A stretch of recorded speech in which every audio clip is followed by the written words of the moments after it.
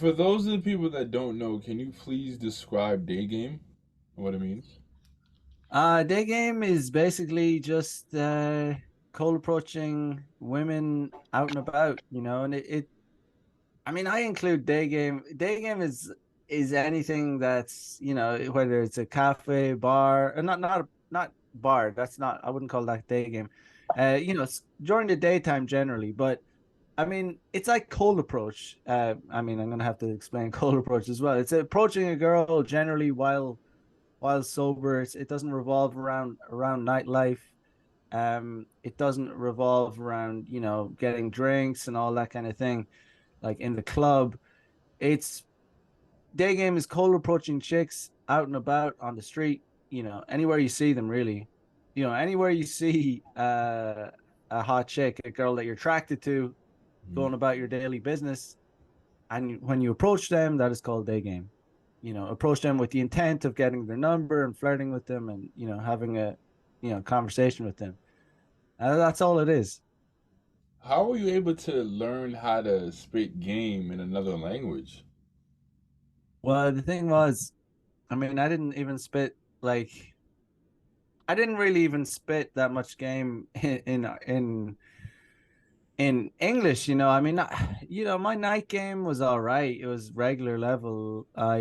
You know, I would go out and I would do what everyone else did. I would go and go to the bars and clubs and approach chicks and do a game that way. So, I mean, I had experience with chicks. I wasn't like I was I was reasonably good enough. But in Ireland, I'll be honest, I never did cold approach, as in I never tried to talk to chicks out and about, going about my business. But in like it was just. I mean, of course, I could when I came to Japan, I couldn't speak a word of Japanese. But that's besides the point, really. It's obviously I over time I learned the language, but I would go up to chicks. Obviously, I learned the phrase like, "Can you speak English?" But I learned, "Ego dekimasu ka" means, "Can you speak English?" I roll up to a lot of chicks, and I would say that. When I was like, of course, I learned that phrase within the first week. So, if I wanted to talk to a chick, a lot of the time I'd roll up to them, and that would be kind of my opener.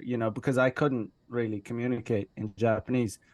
Like right off the bat, I was like almost like when I arrived in, I'd say within the first month, I was doing cold approaches in Japan, like completely unintentional. It was just like I was new to the country. I was like, excited to like by all these hot chicks, like and Japanese girls. A lot of Japanese girls don't engage in like Western style nightlife. I would say like 90 to 95% of girls in Japan don't like go to clubs or bars. Well, they might go to bars, but certainly not clubs. It's only a small select uh type of girl portion of the population that go to clubs in Japan. So that was also another reason. I was seeing so many hot girls out and about, during the daytime. So I'd roll up the chicks and say, "Ego dekimasu, can you speak English?" And that would be the opener. So like, if they couldn't speak any English, it was just not really possible. But I would eventually meet girls that could speak some English. And over time, I was studying some Japanese, and then my Japanese would get better. And then through talking to the girls, through doing cold approach, that would even help my Japanese improve even faster. So I was like learning game and learning Japanese. But sometimes, like, yeah, it was at the point where, we could speak Japanese or English. If their English was better than my Japanese, we'd speak English. If my Japanese was better than their English, we speak Japanese, or sometimes a bit of both. But now I'm at the point where I can do either or. Like if a girl can speak zero English, that's fine. So it's like because my Japanese is fluent enough that I can socialize perfectly in it, so it's not a problem. I hear that it's drastically hard to get citizenship in Japan. Are you uh, a citizen? no, I'm definitely not a citizen. I just have, I have visas. I have to get visas updated every year. I don't know about citizenship. There's something called permanent residency. I didn't know Uh, that. I heard citizenship and permanent residency are different. I haven't looked into either, to be honest, because I go on visas, so like yearly visas. But yeah, I heard that they're very hard to get. I'm not sure the if I know this for certain, if I ever had to give up my Irish citizenship, I would never to get a Japanese citizenship. I would never do that. I'm never giving up my Irish citizenship because I know Americans they want to get Japanese citizenship, they have to relinquish their American citizenship. Really? Wow, I didn't even know that was a Yeah. thing. Wow. But yeah, I mean yeah, so it's pretty extreme action actually to do that. Like for America, like if as an American, if you want to get Japanese citizenship, you have to give up your American citizenship. But the next best option would be to just get permanent residency. Mm. Yeah, so I mean, I don't know why an American would. I mean, Japan's a great country, but still, I mean, imagine like if you give up your American citizenship, you have to like you can't go back to live in America without getting a visa. You need so yeah, I it's not very wouldn't be a very smart thing to do. Although I know someone who did that, and Wow. not only, yeah, and I know someone who did it, and so if they want to go back to America, they have to like they can't like live there for long periods of time, and also they also have to apparently they have to pay a fee of like last I heard it was like $10,000, like because the American obviously it's like the American government considers it an extreme action, like that you're relinquishing your citizenship, so you have to pay certain money to make it happen. Oh, wow. Yeah, I Wow. think it's a lot. It's like 10K or something. Wow, that's interesting. Wow, I never knew that. So I take Yeah. a look at your Instagram page and you seem awfully legendary. So how did you Uh, end up becoming the GOAT? well, I appreciate your kind words. I mean, but I mean, I'm just, a lot of the Instagram. Yeah, no, I mean, I do live that kind of lifestyle, the degenerate lifestyle. Um, I mean, I was not a natural at game ever, like, when I was growing up. I mean, I went to an all male high school, like and junior high school. So I was not around chicks from the ages of 12 to 18, going on 19. So a long period. So it was like a steep learning curve for me, coming into when I graduated high school. Like I was like really terrible with women. I just considered them to be better than me because I was like, I was like obviously infatuated with females. Females are hot, and I just thought I wasn't good enough for a long time.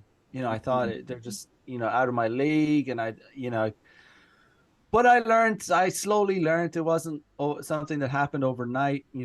I was conditioned to meet women when I went to university, and it was generally looking back. It was generally even. I remember I was just so socially awkward around them Mm. when it wasn't revolved around alcohol.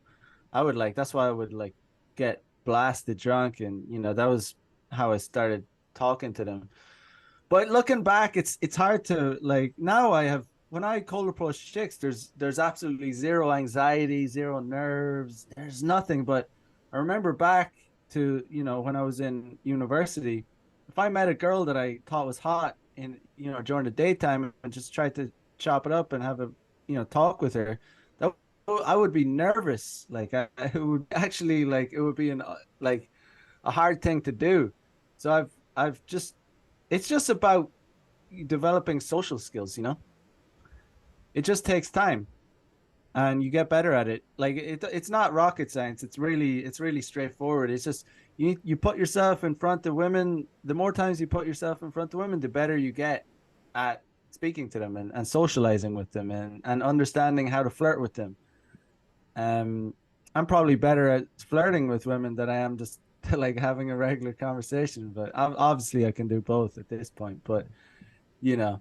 It's like most of the time when I'm talking to chicks, I'm flirting with them at this point. But um, it's obviously very important to be able to do both and not always be flirting with women. Obviously, I know the appropriate situation to flirt with a chick and when not to. But you know, like I said, it's just practice, and a lot of guys, you know, they really need to put themselves out in the field. You can watch 1,000 YouTube videos on game, but if you don't get out, like put yourself in front of women enough times, like you're not gonna be good at it. Like, because there's a huge difference between knowing the theory and knowing it yourself. Like knowing it, you get what I'm saying? Mhm. You really like. It's like this. I'll use this analogy a lot, but not a lot. But it's like, I used to surf back in Ireland, and you know, it was my brother introduced me to it, and he was kind of like a more like a fan of surfing. Like he had the surfboards, he had the wetsuit, but he would like, I mean, he was busy with his job and all. He would like more watch surfing videos and like be more of a fan of it, but I wouldn't really watch it or anything. I would just go out whenever he would invite me. But I would like throw myself, I would put myself in the spot to catch waves. Like I would go and like just do it. And like I ended up getting better at surfing than him because I was like putting myself out in the spot to catch waves. And he was kind of just like reading about it and learning the techniques and all that stuff. And I ended up getting better than him much faster because I was just like going out there and doing it. You get what I'm saying? So Gotcha. Yeah.